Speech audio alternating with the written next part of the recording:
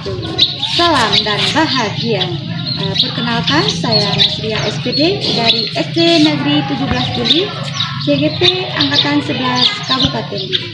Dalam hal ini, saya akan melakukan tugas demonstrasi kontekstual modul 3.1, yaitu pengambilan keputusan berdasarkan nilai-nilai kebajikan. Dalam hal ini, saya akan mewawancarai Kepala Sekolah SD Negeri 17 Juli, yaitu Bapak Fadlullah MPD. Dan saya akan mewawancarai Kepala Sekolah Sabir yang bernama Ibu Yusnida SPD. Selamat menyaksikan. Assalamualaikum warahmatullahi wabarakatuh. Assalamualaikum Bapak. Bagaimana kabar pagi ini Pak? Alhamdulillah baik, Ibu sendiri gimana? Baik juga Pak.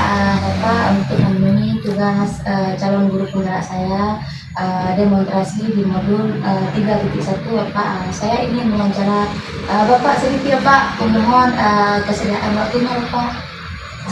Baik Bapak, selama ini bagaimana Bapak mengidentifikasi kasus-kasus yang merupakan dilema etika Pak? Dilema etika. Iya Pak. Jadi biasanya kan kalau ada kasus itu harus kita lihat dulu, kita petakan menjadi dua. Mana yang merupakan kasus yang menjadi dilema etika dan mana yang merupakan dilema moral. Kalau misalnya kasus yang dilema etika, berarti kita harus cari solusi bagaimana menyelesaikannya. Tapi kalau untuk dilema moral, itu kita tidak bisa mengambil sebuah kebijakan karena itu ranahnya bersifat ada tahapan-tahapan selanjutnya yang harus dilakukan seperti itu. Luar biasa ya Bapak ya dalam mengatasinya.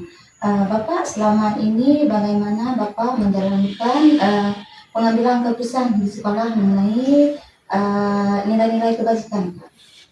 Dalam pengambilan keputusan tetap kita utamakan kolaborasi kita kita kemudian biasanya saya menggunakan 9 langkah dalam pengambilan keputusan. Jadi nanti secara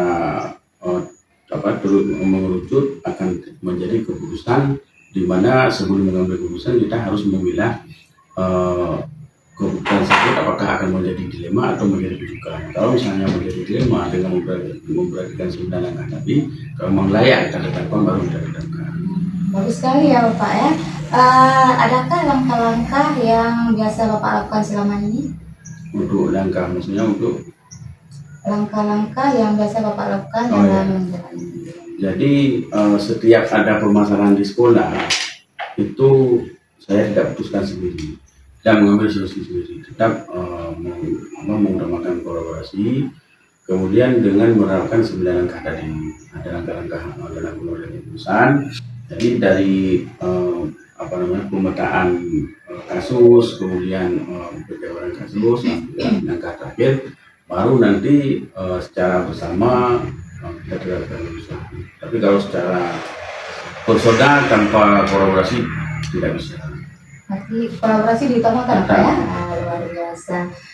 Bapak, hal-hal apa saja yang selama ini Bapak anggap efektif dalam pengambilan keputusan pada kasus-kasus dilema ini Bapak, dilema etika? Jadi kalau kasus yang menjadi dilema tersebut, kita utamakan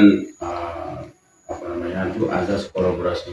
Jadi kebersamaan, di mana keputusan bersama itu yang kita utamakan, lalu kita sahkan oleh keputusan bersama. Akan tetapi kalau misalnya dilema tersebut menjadi sebuah rujukan, itu tetap tidak bisa kita sahkan karena biasanya kalau yang namanya rujukan itu tetap akan melanggar hukum. Harus kita lihat dari segi kedua hukum. Dimana perbedaan antara dilema etika dengan rujukan moral. Kalau dilema etika tetap tidak ada yang melanggar dari segi hukum. Tapi kalau rujukan moral itu akan ada melanggar dari segi hukum dan akan ada konsekuensi. Gitu. Baik sekali Bapak ya. Bapak, adakah hal-hal yang selama ini merupakan tantangan bagi Bapak dalam pengambilan keputusan mengenai kasus-kasus dilema etika Pak? Ya, yang menjadi tantangan biasanya setiap rapat rekan-rekan saya di sekolah kadang-kadang jarang mengemukakan pendapat, sehingga saya sebagai pemimpin harus menggali lebih dalam supaya rekan-rekan di sekolah bisa mengeluarkan pendapat untuk mengambil sebuah keputusan. Jangan sampai nanti ada indikasi keputusan yang kita buat dari asumsi kepala sekolah, itu yang nggak bisa. Ya, bagus sekali ya Pak ya. Adakah ini Bapak jadwal tertentu dalam sebuah penyelesaian kasus dilema ini Pak? Kalau jadwal tetap kita sesuaikan dengan kondisi dan keadaan di lapangan. Karena kalau tidak kita buat, tanpa kita rencanakan, otomatis kegiatan itu tidak berjalan. Karena kita harus fokus pada permasalahan yang sedang kita hadapi. Baik Bapak. Kalau di sekolah adakah yang faktor-faktor yang selama ini mempermudah atau membantu Bapak dari guru-guru untuk mengatasi kasus-kasus dilema ini Pak? Kalau faktor sebenarnya ada dua, ada internal dan eksternal. Cuman kalau yang lebih berkolaborasi dengan saya di sekolah itu yang internalnya, yaitu dari guru. Jadi di sini kalau guru-guru kami di sini, guru dari sini tetap selalu menggunakan musyawarah. Apalagi kalau ada permasalahan, tetap kami kalau permasalahan dengan siswa itu tetap kami bawa ke ranah pertemuan rutin di sekolah yang dilaksanakan setiap Sabtu. Itu tetap. Berarti dengan berkolaborasi juga Pak ya, luar Ya. biasa sekali. Nah Bapak, dari semua hal yang telah Bapak sampaikan, pembelajaran apa yang bisa Bapak petik dari pengalaman dalam mengambil keputusan dilema ini Bapak? Ya, dalam pengambilan keputusan, jadi kita tidak bisa terburu-buru untuk memutuskan sesuatu. Harus kita lihat arah kasusnya kemana. Jadi kalau misalnya kasusnya merujuk ke dilema etika, jadi itu bisa kita ambil sebuah kebijakan. Tapi kalau misalnya kasusnya masuk ke ranah kejutan moral, itu tidak ada kebijakan, tapi harus kita lihat peraturan yang berlaku seperti itu. Kemudian azas kolaborasi dalam pengambilan keputusan tetap kita utamakan. Kemudian dalam sebelum kita mengambil keputusan tetap harus kita berikan 9 langkah keputusan. Baik sekali Bapak ya, luar biasa dalam Bapak menyikapi pengambilan keputusan. Terima kasih Bapak atas waktunya. Assalamualaikum warahmatullahi wabarakatuh. Assalamualaikum. Assalamualaikum Bu Yus. Waalaikumsalam Bu Nas. Bagaimana kabarnya siang ini Bu Yus? Sehat. Baik Bu, saya ingin berbicara sedikit dengan Ibu untuk memenuhi tugas CGP saya di modul 3.1 tentang pengambilan keputusan berdasarkan nilai-nilai kebajikan. Baik Bu Yu, saya ingin sedikit wawancara ya. Bagaimana selama ini Bu Yus dalam mengidentifikasi kasus-kasus yang merupakan kasus dilema etika? Ya. Yang pertama mungkin saya akan memperhatikan situasi yang melibatkan konflik antara nilai-nilai dan prinsip-prinsip yang berbeda. Gitu ya. Jadi ketika misalnya dihadapkan nanti kepada pihak yang maunya prinsip dan nilainya yang digunakan, saya harus memperhatikan ke arah itu dan juga harus mempertimbangkan dampak jangka panjangnya. Nah, luar biasa sekali ya Bu Yus ya dalam menyikapinya. Selama ini bagaimana Bu Yus menjalankan pengambilan keputusan itu Bu Yus? Yang pertama mungkin yang harus dikedepankan yang sudah saya lakukan itu adalah dengan melakukan dialog dan berkolaborasi ya, dialog terbuka dan berkolaborasi. Jadi mulai dari situ kita mengumpulkan pandangan-pandangan atau perspektif yang berbeda dari pihak-pihak yang terlibat dalam suatu konflik seperti itu. Jadi nantinya supaya kita bisa lebih mudah dalam mengambil keputusan di akhir. Intinya berkolaborasi Bu Yus ya, bisa dengan guru, bisa dengan pengurus-pengurus dari lembaga ya, begitu Bu Yus ya. Di sini ada nggak langkah-langkah atau prosedur seperti apa yang biasa Ibu Yus lakukan selama ini Bu Yus? Ya, yang pertama mungkin masalahnya kita identifikasi dulu. Setelah itu kita kumpulkan informasi biar paham menyeluruh konteks permasalahan yang terjadi.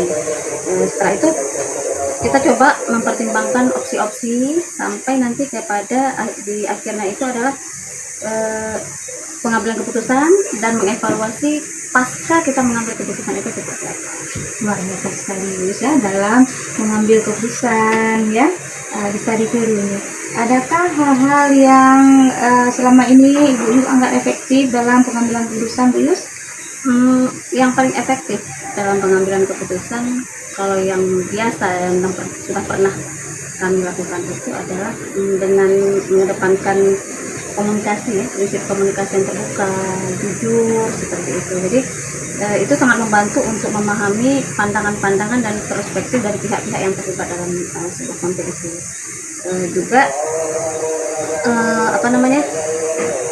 mengedepankan empati gitu ya, supaya kita punya juga pertimbangan moral ketika nanti memutuskan sebuah permasalahan.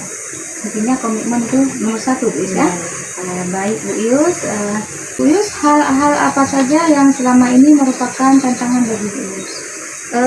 Tantangan yang bukan biasa ya, tantangan yang pernah terjadi ketika menghadapi hal-hal seperti ini, adanya konflik nilai dari pihak-pihak yang terlibat.